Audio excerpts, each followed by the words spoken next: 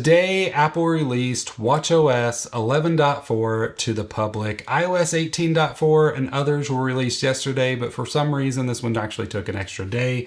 And one of the things is this came in at a whopping 1.1 gigabytes on my Ultra One.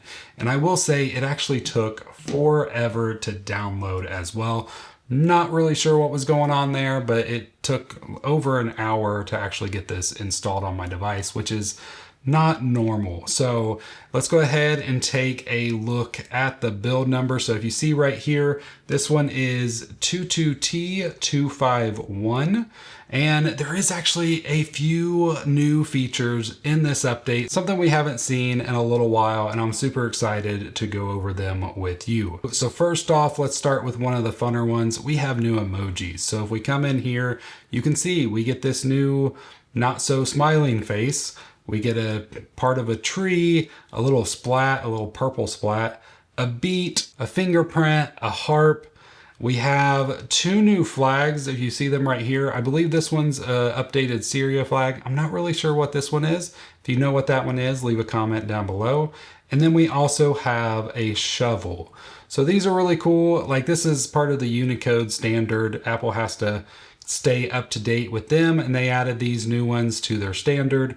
So that's why we're getting some of these.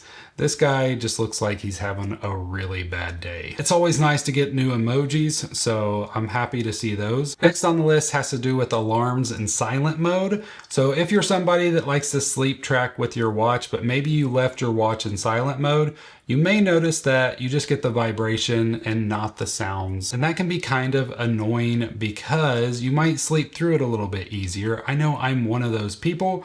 So now if we come in here, we go into the alarm section, and then we go under sounds and haptics right here. You can see there is now an option to break through the silent mode. So when this is turned on, you will actually have the sounds go on, even if your watch is in silent mode at the time. So this is really nice, especially for that wake up alarm, but they don't stop there. If you're somebody that just wants your alarm to always make a sound, now if I go into the alarms, if I scroll down, you can see there's that wake up one right there, but I can also come into any alarm that I want, and I can have this break through the silent mode. So no matter what, if I turn this on, this alarm that goes off at 12:30 will always break through that silent mode. It won't just have the vibration, it will actually have the sound as well. Now, obviously this is off by default, so this is one of those features that you have to know that you want it during that time, because Apple doesn't want to interrupt any kind of meetings or anything like that. So keep that in mind, but it is a really nice update. I'm glad they added it to give us more control over the alarms. For the next update, it's kind of easier just to pull out my phone to show you these. So right here, we have new colors to choose from for our watch faces. So if we go all the way over to the side, you can hit the plus, and now you see there are spring 2025 colors for the Apple Watch. And this goes along usually with the new watch bands that come out as well. But let's go ahead and go back and go through these colors. We have kind of a pinkish tone, peony. I'm not really sure how to pronounce that.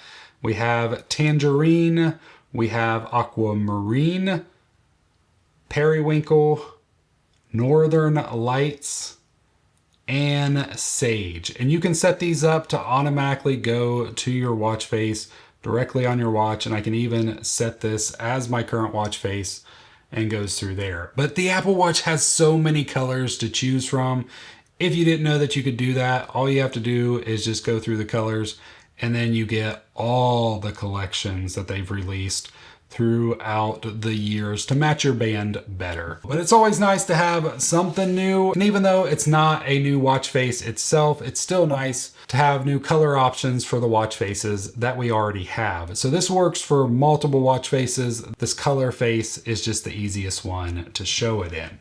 The other new feature that they released has to do with HomeKit and vacuum cleaners. So I don't have one of these, so I can't really show you exactly how that works. But the HomeKit app can now support those smart vacuum cleaners, which is really nice. You know, if you have one that supports HomeKit, you can now control it and use Siri to tell it to vacuum different rooms and all that kind of stuff. So nice to have, but not something that most of us probably can use unless you have one of those very few vacuum cleaners that can actually support it. But there are also still bug fixes in this update, and I'll show you a few right now. So one of them has to do with the camera. So if you had some issues with the camera app on your Apple Watch launching the camera app on your iPhone, they have fixed that. It works much better now, which is really nice. I can even go ahead and switch this around to the front camera just like that. Now you can see my little setup right here, but it works really well now, which is nice to have. Before it could lock up, before it might not show the screen.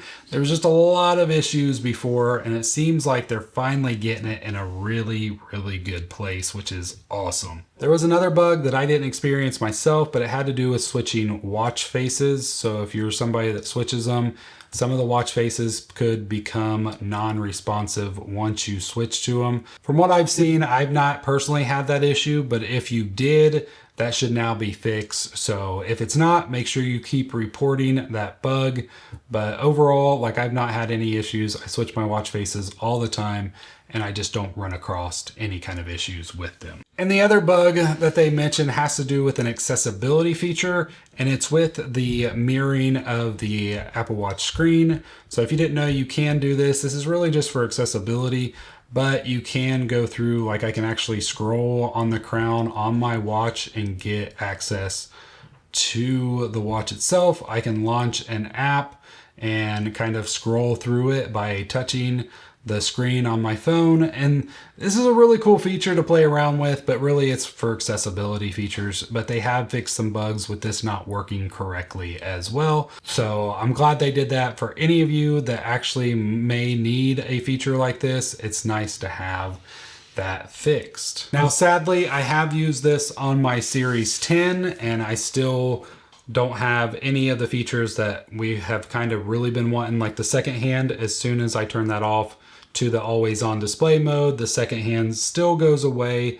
It's still not showing up on any watch faces other than the ones Apple showed off initially with the Flux watch face, that reflection watch face, and then some random activity watch face that somehow got it with the digital screen. But hopefully we'll see something sooner than later, because we finally know when WWDC is. It's on June 9th. That's when the keynote will be, and that will be the first time we get to see watchOS 12. Hopefully we'll get some new features there. Same goes for that now playing complication. I can go through here and add it, and it doesn't look like they've done anything new for it either.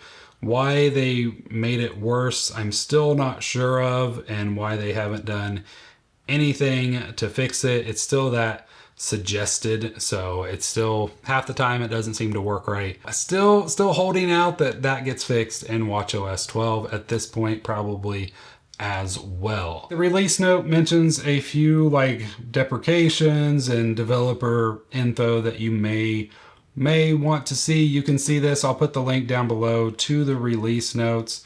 Nothing major, but there are a lot of security updates to this. I believe over 50 security updates have been released. So security is always a great reason to update. So if you haven't, I highly recommend getting this update as soon as you can, just for the security updates themselves. As far as performance goes with 11.4, everything seems to be pretty quick. Apps launch fairly quickly, as they would have on any other 11 release. So I'm happy to say that I've not seen any real lag or anything like that with going through different apps. And also battery life has been really good as well. As I mentioned, I have been running on the Series 10 throughout all the betas, but let's go ahead and take a look at the battery on my Ultra One. So right now I'm at 92%, which isn't bad. And you know, it's up there because it was on charge forever to try to get this update installed. Let's go ahead and take a look at the battery health as well. So 2.5-year-old device, and I'm still at 88%. So that's really good. I love the Ultra because of that battery. This thing lasts forever.